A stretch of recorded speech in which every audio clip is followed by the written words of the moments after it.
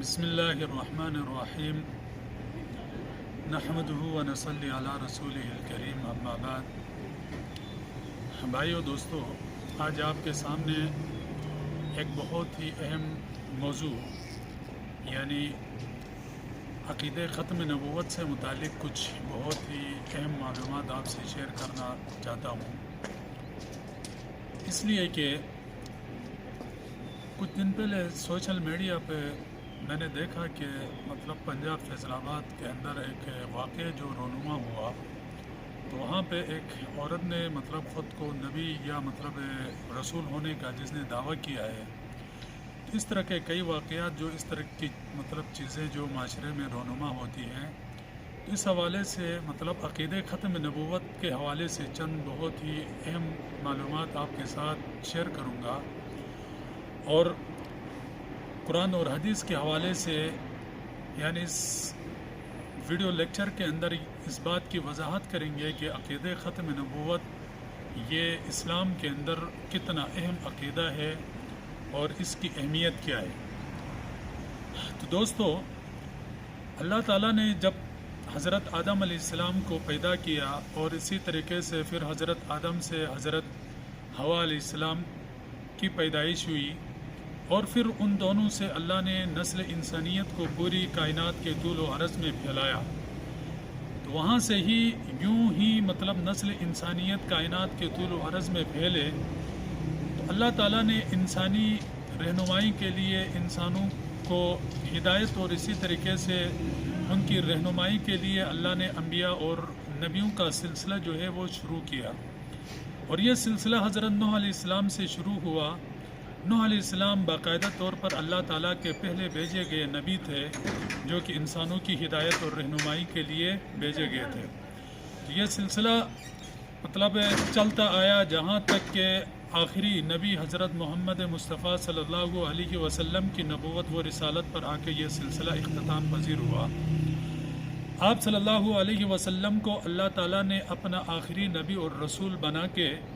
آپ پر نبوت و رسالت کا جو سلسلہ تھا اس کو اختتام پذیر کیا، اور آپ صلی اللہ علیہ وسلم کی نبوت و رسالت کے ساتھ قیامت تک کے لیے نبوت و رسالت کا دروازہ جو ہے اس کو کلوز کیا۔ اب قیامت تک آپ صلی اللہ علیہ وسلم کی جو نبوت و رسالت ہے، یہ قیامت تک کے لیے ایک عالمگیر نبوت و رسالت ہے، ایک آفاقی نبوت و رسالت ہے، اور اسی طریقے سے قیامت تک آپ صلی اللہ علیہ وسلم کے بعد اب قیامت تک کوئی بھی نبی یا رسول نہیں آئے گا۔ آپ اللہ کے آخری نبی ہیں، اللہ کے آخری رسول ہیں، جیسے کہ اللہ تعالیٰ نے قرآن مجید میں فرمایا، الیوم اکملت لکم دینکم واتممت علیکم نعمتی ورضیت لکم الاسلام دینا ومن یبتغی غیر الاسلام دینا فلن یقبل منہ۔ اس آیت کے اندر اللہ تعالیٰ دین اسلام کی تکمیل اور اکمپلشمنٹ کو اناؤنس کرتے ہوئے، اعلان کرتے ہوئے اللہ تعالیٰ واضح طور پر یہ ارشاد فرماتے ہیں، الیوم آج کے دن اکملت لکم دینکم میں نے تمہارے لیے تمہارا دین مکمل کیا، واتممت علیکم نعمتی اینڈ آئی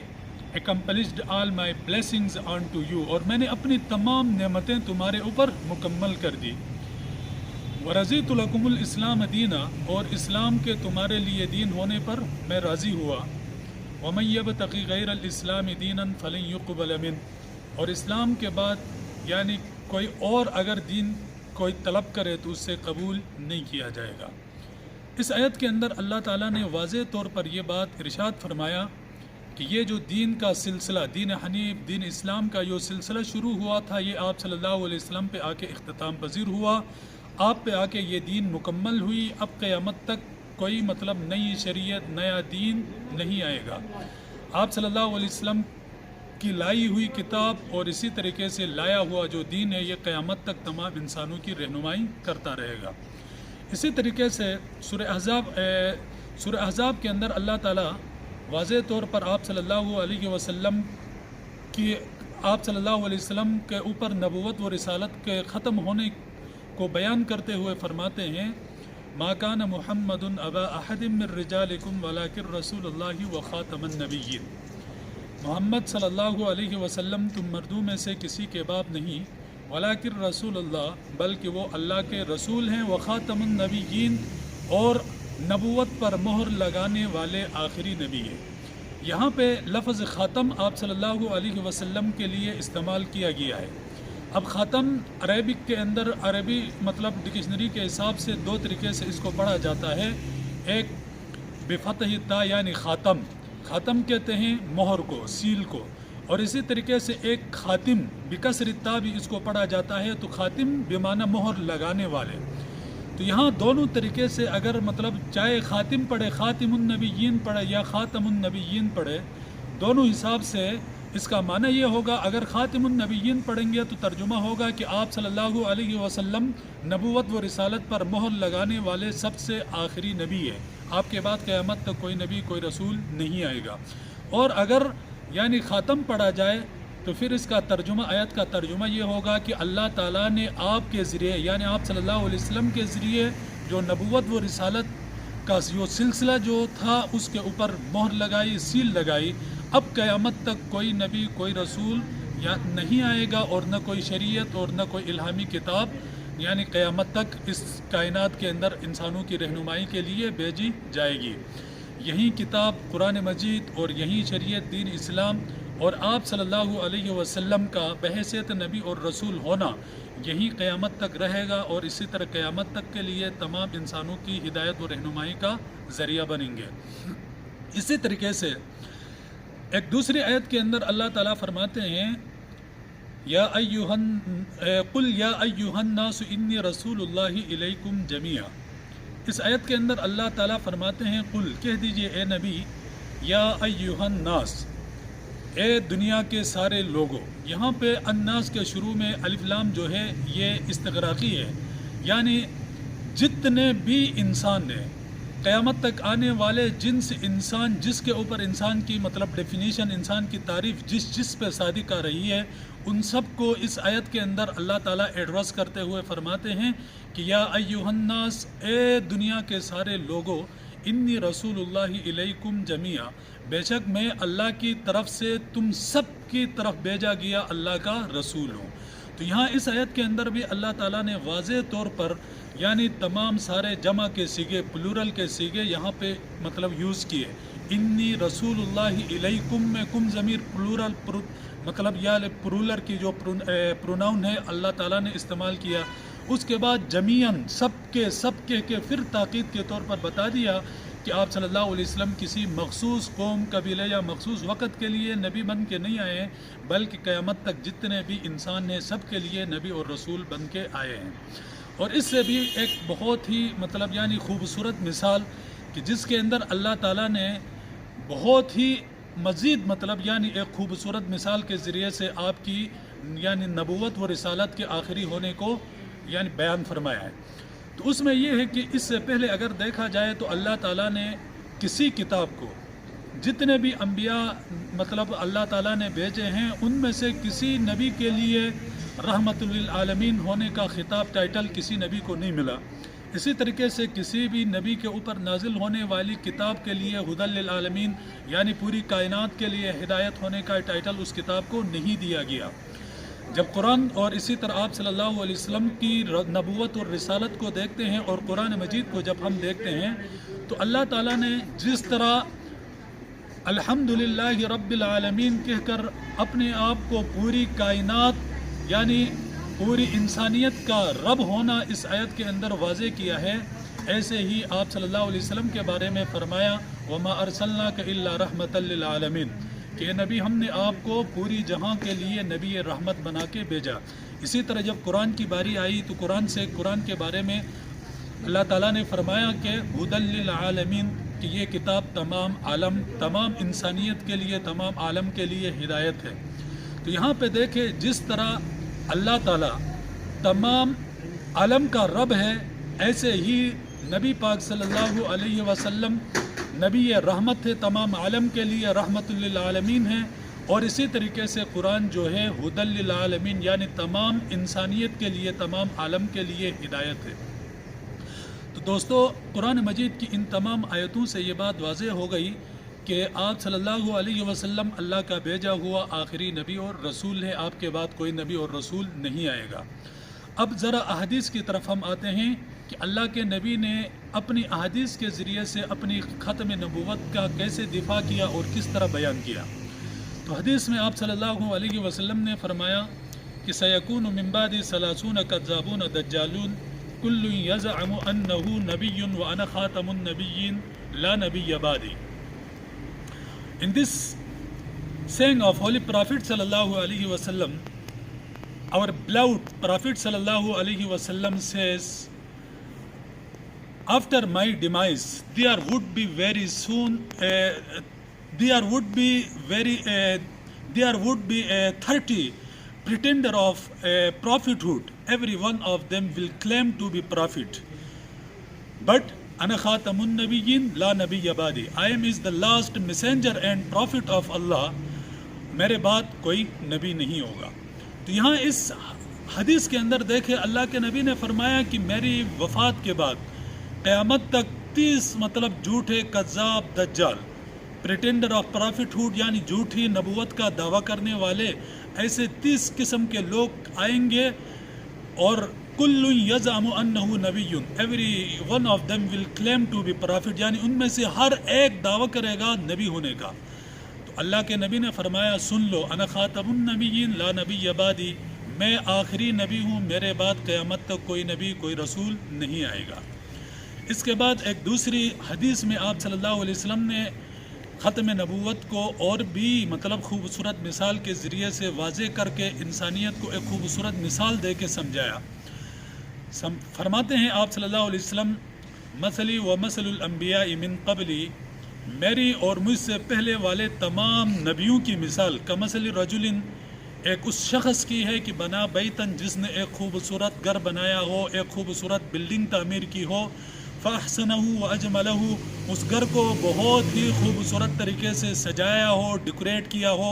ہر طریقے سے اس کو یعنی جتنی اس کے اندر ڈیکوریشن ہونی چاہیے تھی تمام طریقے سے اس کے اوپر وہ ساری یعنی سجاوٹ اس کے اوپر ختم کی ہو، الا موضع لبن، سوائے اس مکان کے کسی زاویۃ من زوایا ہو، اس کے کسی کونے میں ایک اینٹ کی جگہ خالی چھوڑی گئی ہو۔ اب فیطوفون الناس، اللہ کے نبی نے فرمایا کہ اس گھر کی تعمیر کے بعد لوگ اس گھر کا وزٹ کرتے ہیں، اس دیکھنے کے لیے وہاں پہ آتے ہیں،